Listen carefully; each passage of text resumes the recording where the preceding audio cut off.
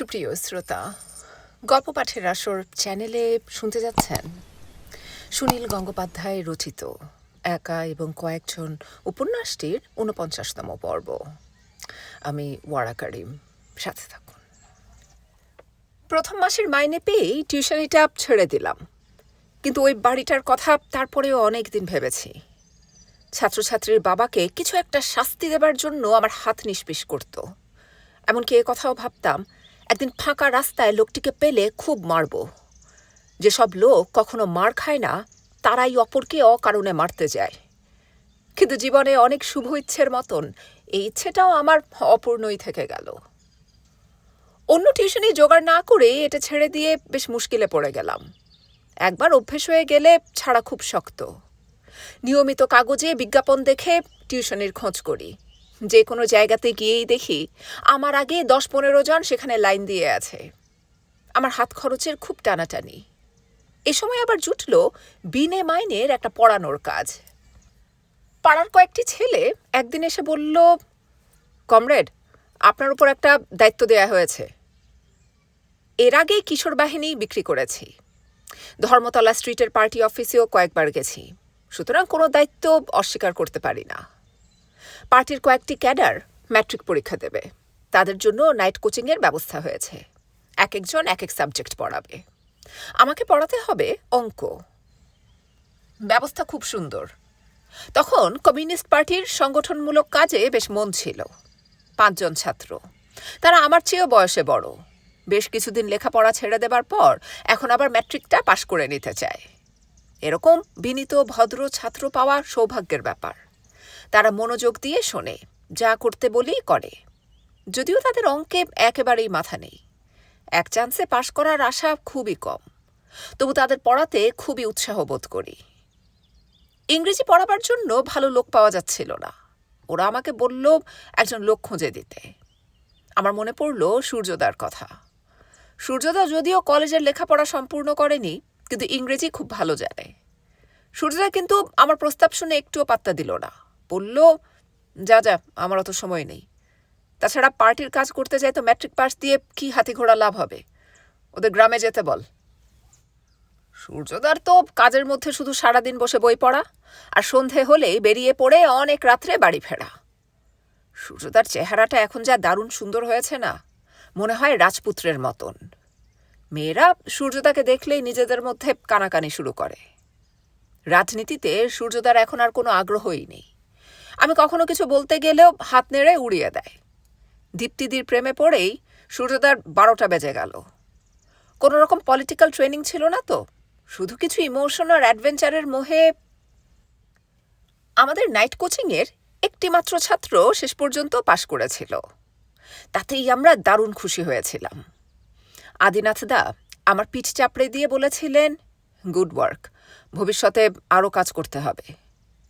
স্থানীয় পার্টি সেলের প্রধান আদিনাথ দা স্বভাব গম্ভীর। তার মুখ থেকে একটা প্রশংসা বাক্য পাওয়া কম কথা নয়। ইতিমধ্যে আমি আরও ২-৩টি টিউশনি জোগাড় করে এবং ছেড়ে শেষ পর্যন্ত একটা খুব ভালো জায়গা পেয়ে গেছি। বস্তুত প্রাইভেট টিউশনের জগৎ সম্পর্কে আমার যা অভিজ্ঞতা হয়েছে তা নিয়ে আমি একটা মহাভারত লিখে ফেলতে পারি। যাই হোক, তার মধ্যে এই বাড়িটার অভিজ্ঞতা অনন্য। বাড়িটা ব্রিটিশ কাসল ধরনের। বিরাট বাগানের মধ্যে গম্বুজের মতন চূড়োওয়ালা ৩ মহলা অট্টালিকা। বাগানে গেটের পাশে একটি লাল রঙের ঘর। সেখানে একজন লোক প্রতি ঘন্টায় ঘণ্টাধ্বনি করে। পাড়ার লোকের ঘড়ি দেখার দরকার হয় না। যত্নে রক্ষিত বাগানটির এখানে সেখানে পূর্ণাবয়ব নগ্ন নারী মূর্তির সাদা পুতুল, মাঝখানে একটি বিরাট ফোয়ারা। সেই বাগানে অপ্সরের মতন রমণীরা দেব শিশুদের সঙ্গে বিকেলবেলা খেলা করে। সদর দরজার সামনে দাঁড়ালে একটি বৃদ্ধ চাকর এসে আমাকে ভেতরে নিয়ে যায়। বিশাল বিশাল হল ঘরের মধ্য দিয়ে গিয়ে একটা সরু বারান্দা পেরিয়ে তারপর একটি সুসজ্জিত ছোট ঘরের সামনে এসে পৌঁছই। চাকরটি দরজা খুলে চেয়ার টেবিল থেকে কাল্পনিক ধুলো ঝেড়ে সম্ভ্রমের সঙ্গে বলে, মাস্টারবাবু বসুন। সারা বাড়িটা একেবারে নিস্তব্ধ মনে হয়। মাঝে মাঝে শুধু একটা কাকাতুয়ার গলা শোনা যায়, কৃষ্ণ কোথায়, কৃষ্ণ কোথায়, পরিষ্কার উচ্চারণ। একটু বাদে ঘোমটায় মুখ ঢাকা একজন দাসী কিছু খাবার ও জল রেখে যায়। তারপর চা। খালি পেয়ালা পিরিচ তুলে নিয়ে যাবার পর আমার ছাত্রটি আসে। ফুটফুটে গায়ের রং, 10 বছর বয়স।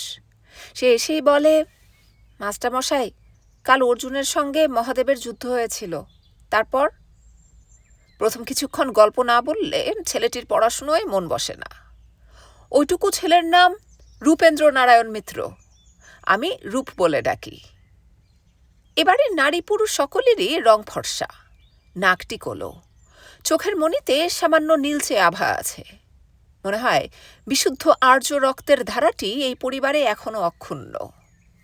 সকলের ব্যবহার অত্যন্ত মার্জিত এবং নম্র। বাড়ির কারোর সঙ্গে যাতায়াতের পথে দেখা হলেই সঙ্গে সঙ্গে তিনি নমস্কারের ভঙ্গিতে হাত জোড় করে ঘাড় হেলিয়ে বলবেন, মাস্টারমশাই ভালো আছেন? এরা কলকাতার খাঁটি অ্যারিস্টোক্র্যাট বা অভিজাত বলতে যা বোঝায় তারই অংশ। বেশ কয়েক পুরুষ ধরেই ধনী। বাড়িতে শিক্ষা দীক্ষার চল আছে, বিরাট গ্রন্থাগার এবং অনেক রকম শিল্প সংগ্রহ, এবং মাঝে মাঝেই উচ্চাঙ্গ সঙ্গীতের আসর বসে। মানব সভ্যতার যা কিছু শ্রেষ্ঠ ফসল, শিল্প, সঙ্গীত, সাহিত্য, এরা তার সমাজদার। এখানে সবকিছুই সুন্দর। সন্ধেবেলা এদের বাড়িতে এসে আমার একটা অদ্ভুত অনুভূতি হয়। সারাদিন আমি যে জীবন কাটাই তার সঙ্গে এর কোনো মিল নেই। ছাত্র রাজনীতির সঙ্গে বেশ কিছুটা জড়িয়ে পড়েছি। স্টুডেন্টস ফেডারেশনের উৎসাহী কর্মী। ভুয়া স্বাধীনতার বিরুদ্ধে আমরা সভা মিছিলে সোচ্চার। নেহেরু বলেছিলেন, কালোবাজারিদের ধরে ধরে ল্যাম্পপোস্টে ঝোলাবেন, কিন্তু সব ল্যাম্পপোস্ট খালি পড়ে আছে। চতুর্দিকে ব্ল্যাক মার্কেটিয়ার্সদের রাজত্ব। ব্রিটিশ রাজত্বের অবসানের সঙ্গে সঙ্গে মনে হয়েছিল পুলিশ কোনোদিন আর জনসাধারণের উপর লাঠিগুলি চালাবে না। সে ধারণা ভুল প্রমাণিত হয়েছে। অনেক সাধারণ লোক পথে ঘাটে বলে ফেলে, এর থেকে যে বাবা ব্রিটিশ রাজত্বও ভালো ছিল। বৃদ্ধ বৃদ্ধারা ব্রিটিশ রাজত্বের বদলে বলে, কোম্পানির আমল। আমরা তখন আইপিটি এর এই গানটা গেয়ে বেড়াই। মাউন্ট ব্যাটন সাহেব গো, তোমার সাধের ব্যাটন কার হাতে থুইয়া গেলা হায়। এই সময় সন্ধ্যাবেলার ওই মিত্তির বাড়ি তো খাঁটি একটা বুর্জুয়া দুর্গ। ওদের 7খানা কলিয়ারি, কলকাতায় 21খানা ভাড়া বাড়ি, 2 ডজন যাত্রী বাস ইত্যাদি। অর্থাৎ নিজেরা কিছু পরিশ্রম করে না, অপরের পরিশ্রম করা টাকা দিয়েই এদের বিলাসিতা। কলেজ ক্যান্টিনে বসে বন্ধুদের সঙ্গে আলোচনায় এদের বিরুদ্ধে অগ্নিবর্ষণ করতে পারি বটে, কিন্তু কাছাকাছি এসে কিছুতেই ঘৃণা প্রকাশ করতে পারি না। তার কারণ অবশ্য এই নয় যে আমি এদের বেতনভোগী। এখানে আমি মাইনে পাই 40 টাকা। সেটা না পেলে আমি এমন কিছু অভাবে পড়ব না। কিন্তু একটা কথা বারবার মনে হয়, এদের হাতে প্রচুর টাকা ও প্রচুর সময় আছে বলেই কতকগুলি এমন জিনিসের চর্চা করতে পেরেছে যা অত্যন্ত মোহময়। ব্যক্তিগত ব্যবহারে সভ্যতা, ভদ্রতার উচ্চ আদর্শ, সূক্ষ্ম রুচি এবং শিল্পকলার প্রতি আগ্রহ। এসব তো সাধারণ মানুষের মধ্যে দেখা যায় না। এগুলো কি খুবই নগণ্য ব্যাপার? বলাই বাহুল্য, এই সমাজের মধ্যে অনেক লম্পট, জোচ্চোর এবং রুচিহীন গর্ধবও আছে। তবু সভ্য সমাজে ব্যক্তিগত জীবনের যে সার্থকতা, তাই এই অ্যারিস্টোক্র্যাটদের মধ্যেই দেখা যায়। যার উদাহরণ জোড়াসাঁকোর ঠাকুরবাড়ি। সে সময় আমাদের মার্ক্সবাদী পত্রিকায় রবীন্দ্রনাথকে বুর্জোয়া কবি আখ্যা দিয়ে ধারাবাহিক প্রবন্ধ লেখা হচ্ছিল। যুক্তি দিয়ে মানতে হলে তো রবীন্দ্রনাথকে বুর্জোয়া কবি বলতেই হবে, কিন্তু মনে মনে বুঝি যে এটা হাস্যকর। একদিন আমার ছাত্র রূপ আমাকে হঠাৎ জিজ্ঞেস করল, মাস্টারমশাই, আপনি কি কবি? আমি একটু চমকে গিয়েছিলাম বটে, কিন্তু সঙ্গে সঙ্গে হেসে ফেলে বললাম, কেন, এ কথা জিজ্ঞেস করছো কেন? বলুন না। কবিতা লেখা যেন একটা লজ্জার ব্যাপার, মানুষের চরম অযোগ্যতার পরিচয়। তাই নিজের মুখে স্বীকার করতে জিভ সরে না। আবার কেউ কবিতার কথা জিজ্ঞেস করলে বুকের মধ্যে অস্পষ্ট সুগন্ধের মতন কিছু একটা ছড়িয়ে যায়, আগ্রহ বেড়ে যায় শতগুণ। তোমাকে কে বলেছে এ কথা? ছোট মা আপনাকে জিজ্ঞেস করতে বলেছেন আপনি কি কবি। ছোট মা কি করে জানলেন? ছোট মা জিজ্ঞেস করেছেন, দেশ কাগজে বাদল রঞ্জন মুখোপাধ্যায় নামে যার লেখা বেরিয়েছে সেটা কি আপনার? আমি লজ্জার উন্মুখে কোনো ক্রমে বললাম, হ্যাঁ। তারপরেই কথা ঘুরিয়ে বললাম, এবার এই অঙ্কটা করে ফেলো তো। রূপ তার কাকিমাকে ছোট মা বলে এটা আমি জানি, তবে ওর কাকিমাকে আমি কখনো দেখিনি। এ বাড়ির মেয়েরা বাইরের লোকের সামনে বেরোন না। তবে সেই মহিলা আমার কবিতা সম্পর্কে আগ্রহ দেখিয়েছেন, তাই তার চিন্তা কিছুতেই মন থেকে মুছে ফেলতে পারি না। কিরকম দেখতে তাকে? বাগানে কয়েকজন মহিলাকে মাঝে মাঝে দূর থেকে দেখেছি, তার মধ্যে কেউ কি? কোনজন? একটু বাদে কৌতূহল চেপে রাখতে না পেরে আমি আবার রূপকে জিজ্ঞেস করলাম, তোমার ছোট মা বুঝি অনেক বই পড়েন? অনেক অনেক। ছোট মা ফরাসি পড়তে পারেন, তা জানেন? ছোট মা সাহেবদের সঙ্গেও ফরাসিতে কথা বলতে পারেন। বাবার কাছে একজন এসেছিলেন, শুনে আমি আরও চমৎকৃত হয়ে যাই। এত বড় ধনী পরিবারের ফরাসি জানা বিদুষী বধূ আমার কবিতার পাঠিকা। এর থেকে নোবেল প্রাইজ পাওয়া আর কি বড় কথা।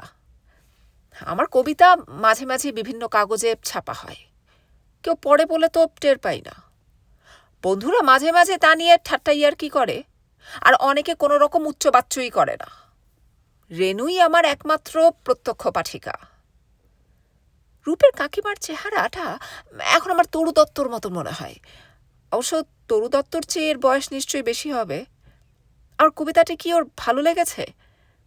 মনে মনে তক্ষণে ঠিক করে ফেলি, আমার এই অদৃশ্য পাঠিকাকে খুশি করার জন্য এরপরে আরেকটা সাংঘাতিক কবিতা লিখতে হবে। সেই সন্ধেবেলা আমার মনটা এত খুশি হয়ে থাকে যে ছাত্র পড়ানো শেষ করে তক্ষুনি বাড়ি ফিরতে ইচ্ছে করে না, বরং ইচ্ছে করে আমার কবিতার এই অভূতপূর্ব সৌভাগ্যের কথা এক্ষুনি ছুটে গিয়ে কারুকে বলি। কাকে আর বলবো, রেনুকে ছাড়া? রেনুদের বাড়িতে গিয়ে দেখলাম সেখানে চলছে তুমুল আড্ডা। বিষ্ণুর মাস্টার মশাই, যিনি এম এ ক্লাসের ছাত্র, সেই রজত দা রয়েছেন, সুপ্রকাশ দা এবং তার দুজন বন্ধু, এবং রেনুও রয়েছে। সুপ্রকাশ তার এক বন্ধু দারুণ মজার মজার গল্প বলতে পারেন। সবাই তা শুনে দারুণ হাসছে। আমি ঘরের মধ্যে ঢুকে চুপচাপ একপাশে বসলাম। আমার দিকে কেউ মনোযোগ দিল না বিশেষ। হাসির গল্পের মাঝখান থেকে শুনলে মজা পাওয়া যায় না বিশেষ। আমি তাই বসে রইলাম বোকার মতন মুখ করে। রেনু এত হাসছে যেন এক্ষুনি ভেঙে পড়বে। আমার চোখের দিকে ওর তাকাবারও সময় নেই। আমার যে রেনুর সঙ্গে একটু আলাদা করে কথা বলা ভীষণ দরকার। সুপ্রকাশ তার বন্ধু বললেন, তারপর সেই খরগোশটা যার গোফ আশু মুখুজ্জের মতন, আবার একদমক হাসি। হাসির পরিবেশ একবার জমে গেলে যে কোনো রসিকতাতেই হাসি পায়। সবাই যেন হাসিতে মাতাল। আমি অন্য আবহাওয়া থেকে এসেছি বলেই মাঝে মাঝে শুধু কাষ্ঠ হাসিই দিতে হচ্ছে। ঘড়ির দিকে তাকিয়ে দেখি 10টা বাজে। মনে মনে একটা ক্ষীণ আশা ছিল, এরা নিশ্চয়ই একটু বাদে চলে যাবে, তারপর আমি রেনুর সঙ্গে দুটো কথা বলার সুযোগ পাব। কিন্তু হঠাৎ বুঝলাম সুপ্রকাশ তার 2 বন্ধুই সেই রাত্রে ওই বাড়িতেই থাকবেন। রেনু বলল, খেয়ে উঠে বাকি গল্পটা বলতে হবে, কিন্তু তাড়াতাড়ি ঘুমোলে চলবে না। হঠাৎ ঈর্ষায় আমার বুকটা জ্বলে গেল। আমার জীবনে সেই প্রথম ঈর্ষা। মনে হলো মেয়েরা কি অসম্ভব নিষ্ঠুর হয়। এক এক সময় কত ভাব, আর এক এক সময় নিদারুণ অবহেলা। রেনু কি আমার মুখ দেখে বুঝতে পারছে না আমি শুধু ওর সঙ্গে কথা বলার জন্যই এসেছি? আমার দিকে তাকাবার মতন সময়ই তো ওর নেই। আমি উঠে দাঁড়িয়ে বললাম, চলি। বিষ্ণু বলল, আর একটু বস না। না, অনেক রাত হয়ে গেছে। এখানকার আড্ডা ভেঙে গেল। ওরা এখন ওপরে খেতে যাবে। সবাই এসে দাঁড়ালো ঠাকুর দালানের সামনের বারান্দায়। রেনু আমাকে বলল, শঙ্কুদা কি দারুণ গল্প বলেন না? হাসতে হাসতে একেবারে খিল ধরে যাচ্ছিল। শঙ্কুদার মতন এত বুদ্ধি আমি আর কারুর দেখিনি। আমি রেনুর দিকে 2-1 পলক মাত্র তাকিয়েই চোখ সরিয়ে নিলাম। রামায়ণের সীতাও জানত না যে ঋদ্ধিমান পুরুষ কখনো নিজের নারীর মুখে অপর কোনো পুরুষের প্রশংসা সহ্য করতে পারে না। রেনু তা জানবে কি করে? আমি শুকনো গলায় বললাম, সত্যি শঙ্কুদা দারুণ গল্প বলতে পারেন। শঙ্কুদা রেনুর পিঠে হাত রেখে বললেন, চল চল, খুব খিদে পেয়েছে। আমি তৎক্ষণাৎ ঠিক করে ফেললাম রেনুর সঙ্গে আর কোনো দিন দেখা করতে আসব না। যুক্তিহীন ঈর্ষা আমাকে এমনভাবে দগ্ধ করতে লাগলো যে আমি আর অন্য কোনো কিছুই চিন্তা করতে পারলাম না। বারবার মনে হতে লাগলো রেনু আমাকে ভালোবাসে না, আমার কবিতাও ভালোবাসে না, সব শুধু মুখেই। মেয়েদের কখনো বিশ্বাস করতে আছে? বাড়ি গিয়ে খাওয়া দাওয়ার পরও অনেক রাত পর্যন্ত জেগে রইলাম, সামনে খাতা আর কলম। বারবার মনে হতে লাগলো রেনুকে একটা চিঠি লিখে জানিয়ে দিই যে ওর সঙ্গে আমার আর কোনো সম্পর্ক নেই। 2-4 লাইন করে লিখেও ছেড়ে ফেলছি। মাথার মধ্যে আগুন জ্বলছে, কপালের দুপাশে শিরা দপদপ করছে। আজ সন্ধেবেলাটা কত সুন্দর ছিল, সব নষ্ট হয়ে গেল। তারপর ঠিক করলাম চিঠি লেখারও আর দরকার নেই। রেনু চিন্তা করুক, আমি কেন আর ওর কাছে যাই না, ওকে কোনোদিন জানতেও দেব না। রেনুকে আমি একেবারে ভুলে যাব। আমি এরপর অনেক লিখব, এত ভালো লিখব যে আমার নাম ওয়ার্ল্ড ফেমাস হয়ে যাবে। তখন রেনু বুঝবে কাকে ও অবহেলা করেছে, ও কিভাবে। ও ছাড়া আমার কবিতা আর কেউ পড়ে না। অনেক কাটাকুটি করে আমি একটা কবিতা লিখতে আরম্ভ করলাম। আর্টেমিস, আমি সেই কৃতদাস। 3-4 লাইন লেখবার পরে বুঝতে পারলাম কবিতাটা আমি রেনুকে ভেবেই লিখছি। আমার চোখের সামনে ফুলের মতন ফুটে আছে রেনুর মুখ। কলেজের সোশ্যাল ফাংশন হবে আগামী শনিবার। আমরা ইউনিয়নের সাংস্কৃতিক শাখা থেকে একটা গীতি আলেখ্য করব, তার রিহার্সেল চলছিল। কয়েকদিন আগে ইউনিয়নের ইলেকশনে আমি ম্যাগাজিন এডিটর হবার জন্য দাঁড়িয়েও ভোটে হেরে গিয়ে একটু অপমানিত ও দুঃখিত হয়েছিল। তারপর আবার এই গীতি আলেখ্যটা পরিচালনার ভার আমাকে দেওয়ায় আমার জীবনের স্বাদ ফিরে আসে। গদ্য অংশটা মাইকে আমাকেই পড়তে হবে, তাই রিহার্সেলের সময় আমি যতটুকু সম্ভব গলা মোটা করার চেষ্টা করছি। এ সময় একজন এসে খবর দিল আদিনাথ দা আমাকে ডাকছে। খবরটা দিয়ে ছেলেটি সঙ্গে সঙ্গে বলল, এক্ষুনি। রিহার্সেল বন্ধ রেখে আমাকে উঠে যেতে হলো। আদিনাথ দা আমাদের কলেজের ছাত্র নন, কিন্তু কলেজের উল্টো দিকের রতন ক্যাবিনে তিনি প্রায়ই এসে বসেন। শুধু আমাদের কলেজ নয়, কলকাতার অনেক কলেজের কাছাকাছি চায়ের দোকানেই আদিনাথকে দেখতে পাওয়া যায়। তিনি এলেই কলেজ ইউনিয়নের সদস্যরা তাকে ঘিরে গোল হয়ে বসে। আদিনাথ দা পাজামা ও গেরুয়া পাঞ্জাবি পরে থাকেন, কাঁধে একটি ঝোলা। এই পোশাক ছাড়া আদিনাথকে আমি কখনো দেখিনি। মনে হয় এগুলো তিনি গা থেকে খোলেন না। মাথা ভর্তি ঘন চুল, গায়ের রং কালো, নাকটি খড়গের মতন। তার চেহারায় একটা আলাদা বৈশিষ্ট্য আছে, দেখলেই মনে হয় এ আর 5 জনের মতন সাধারণ মানুষ নন। আদিনাথ দা সবসময়ই গম্ভীর, হাস্য পরিহাস পছন্দ করেন না। সবসময়ই কথাবার্তা এমন গুরুত্ব দিয়ে বলেন যাতে মনে হয় এই পৃথিবীর ভালো মন্দ দেখার গুরু দায়িত্ব তার উপরেই ন্যস্ত। আদিনাথ দার হাতেই একটা চুরুট, তার ডগায় এতখানি ছাই জমে আছে যে দেখলে অস্বস্তি হয়। আমি সামনে গিয়ে দাঁড়াতেই জিজ্ঞেস করলেন, এরপর তোর ক্লাস আছে? আমি বললাম, ক্লাস শুরু হয়ে গেছে, কিন্তু আমি আজ আর যাচ্ছি না। ভালো, কি করছিলি? সোশ্যাল ফাংশনে আমরা একটা রিহার্সেল দিচ্ছিলাম। গীতি আলেখ্য? কথাটা শুনলেই কীরকম ন্যাকা ন্যাকা মনে হয়। আজকাল খুব চলছে। যাই হোক, ওই গীতি আলেখ্যর থিমটা কি? গ্রামের একটি চাষি পরিবারের জীবন, সকাল থেকে সন্ধে পর্যন্ত। কে লিখেছে? কেউ ঠিক লেখেনি, মানে রবীন্দ্রনাথ, নজরুল, সুকান্তর গান, আর গদ্যটা আমি। রবীন্দ্রনাথের গান? রবীন্দ্রনাথ কোনোদিন গ্রামে গেছেন? চাষিদের জীবনযাত্রা দেখেছেন? আদিনাথদার কথার উত্তরে আমি ঠিক যুক্তি খুঁজে পাই না। তবে এমনিতে গান খুঁজতে গেলে ঠিক মতন গান পাওয়া এতই মুশকিল যে রবীন্দ্রসঙ্গীতের কথাই মনে পড়ে যায়। বৃষ্টির দৃশ্যে আমি নীল নভগণে আষাঢ় গগনে গানটা ঢুকিয়ে দিয়েছিলাম। আদিনাথদা বললেন, যাকে রিহার্সেল দেবার আর দরকার নেই। সোশ্যাল ফাংশন এবার হবে কি না বলা যায় না। আমি এবং আরও 3-4 জন আতকে উঠে জিজ্ঞেস করলাম, সোশ্যাল হবে না কেন? আদিনাথদা গম্ভীরভাবে বললেন, দেশের যা অবস্থা তাতে এখন কি আর নাচ গান হই হল্লা করার সময়? চালের দাম কত? সেই মুহূর্তে চালের দামের জন্য চিন্তা করার বদলে সোশ্যাল বন্ধ হবার আশঙ্কাতেই মনটা বেশ দমে গেল। আরেকটি ছেলে জিজ্ঞেস করলো, আদিদা, সোশ্যালের জন্য ইউনিভার্সিটি ইনস্টিটিউটে হল বুক করা হয়ে গেছে যে। হোক, ওসব চিন্তা করার দরকার নেই। পরশুদিন স্ট্রাইক কল করা হচ্ছে। সেনেট হলের সামনে থেকে র্যালি হবে। পুলিশ যদি সেকশন 144 না তোলে তাহলে গোলমাল হতে পারে। তাহলে স্ট্রাইক কন্টিনিউ করবে। এই অবস্থায় তোমরা সোশ্যাল ফাংশনের কথা চিন্তা করছো কি করে, সেটাই আশ্চর্য ব্যাপার। শোনো, আমাদের পার্টি লাইন এখন থেকেই ঠিক করা দরকার। স্ট্রাইক মানে শুধু মিছিল করে যাওয়াই নয়। এ প্রতিক্রিয়াশীল সরকার। আদিনাথদা আমার দিকে ফিরে বললেন, বাদল এখানে বস। কালকের মিছিলের জন্য কয়েকটা নতুন স্লোগান তৈরি কর। আমি সাবজেক্ট বলে দিচ্ছি। যে কোনো কারণেই হোক, তখন পর্যন্ত সরকার বিরোধী স্লোগান অধিকাংশই ছিল হিন্দিতে। বাংলা স্লোগান শাখাটি তখনও তেমন উন্নতি করেনি। স্ট্রাইকের আগের দিন রাত্রিরে বাড়ি ফিরলাম না। মা কিছুতেই রাজি হচ্ছিলেন না। অনেক বুঝিয়ে, অনেক মিথ্যে কথা বলে অনুমতি আদায় করলাম। পঙ্কজ এক রাত্রিরে আমাদের বাড়িতে ছিল, সুতরাং আমি পঙ্কজের বাড়িতে গিয়ে এক রাত্রির থাকতে পারি না, যদিও পঙ্কজরা তখন কলকাতায় নেই।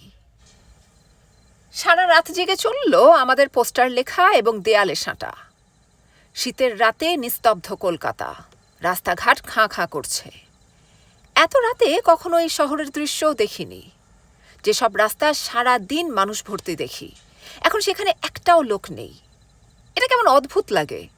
মনে হয় যেন একটা শুকনো নদী। একসময়ে উত্তাল জল ছিল। না, এই উপমাটা ঠিক নয়, কারণ রাত্রির রাজপথ বড় সুন্দর। দুপাশের আলোগুলোও জ্বলছে, চকচক করছে কালো পিচ বাঁধানো রাস্তা। বহু দূর পর্যন্ত দেখা যায়। অনেক রাস্তাতেই এখনো গ্যাসের আলো আছে। ভোর হবার পর আমরা আঠার বালতি ও কাগজপত্র এক জায়গায় জমা করে রেখে নিমতলার দিকে চলে এলাম। এখানে অনেক দোকানেই এর মধ্যে কচুরি ও জিলিপি ভাজা হয়ে গেছে। গঙ্গা স্নান যাত্রীদের জন্য এ পাড়ার দোকান সবচেয়ে আগে খোলে। সুজিত আমাদের এ খবর দিয়েছিল।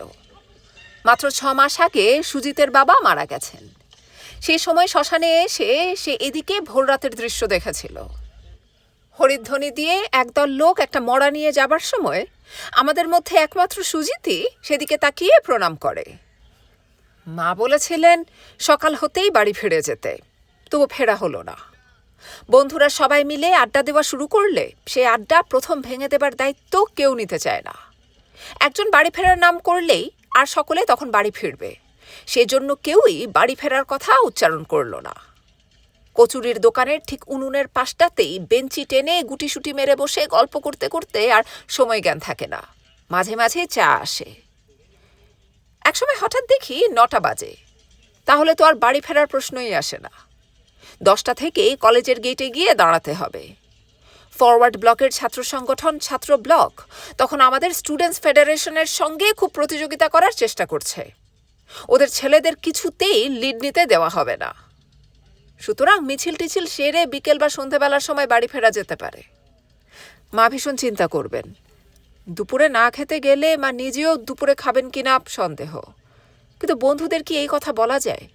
ওরা নিশ্চয়ই আমাকে মায়ের আদুরে ছেলে বলে ঠাট্টা করবে। বিষ্ণুকে যেমন অনেকেই বলে। এক ছেলে হবার এই ঝামেলা। দিদির বিয়ে হয়ে গেছে, মা সেই জন্যই সব সময় আমার ব্যাপারে পুতুপুতু করেন। যাই হোক, কি আর করা যাবে। পূর্ব অভিজ্ঞতা থেকে জানি মাকে মাঝে মাঝে এরকম কষ্ট দেওয়া যায়। যতই আমার উপর রাগ করুন, আমি একসময় বাড়ি ফিরে গেলেই তো মা খুশি। সারাদিন দুশ্চিন্তার পরও তখন আর বকুনিতে জোর থাকে না। যদি আর না ফিরি, কেন হঠাৎ এই কথাটা আমার মনে এলো জানি না, তবু বারবার মনে হতে লাগলো যদি আমি আর কোনো দিনই বাড়ি না ফিরি, তাহলে আজ আমার বাড়ির অবস্থা, আমার মায়ের অবস্থা কি হবে। যদি আর না ফিরি, তাহলে রেনুর সঙ্গেও আর দেখা হবে না। আমার পকেটেই রয়েছে রেনুর একটা চিঠি। রেনু বেশিরভাগ চিঠি লেখে রাত্রির বেলায়। এই চিঠিতেও লিখেছে, তুমি এরই মধ্যে ঘুমিয়ে পড়লে, একবার চোখ চাইলেই দেখতে পাবে আমি তোমার পাশেই আছি। আমি মরে গেলেও কি রেনু আমার কথা ভাববে? সে সময় কিন্তু আমরা ঘুণাক্ষরেও চিন্তা করিনি যে সেদিনকার স্টুডেন্টস র্যালিতে কোনো গোলমাল হবে। আদিনাথ দা বোধহয় জানতেন এ কথা, কিন্তু আমরা জানতাম না।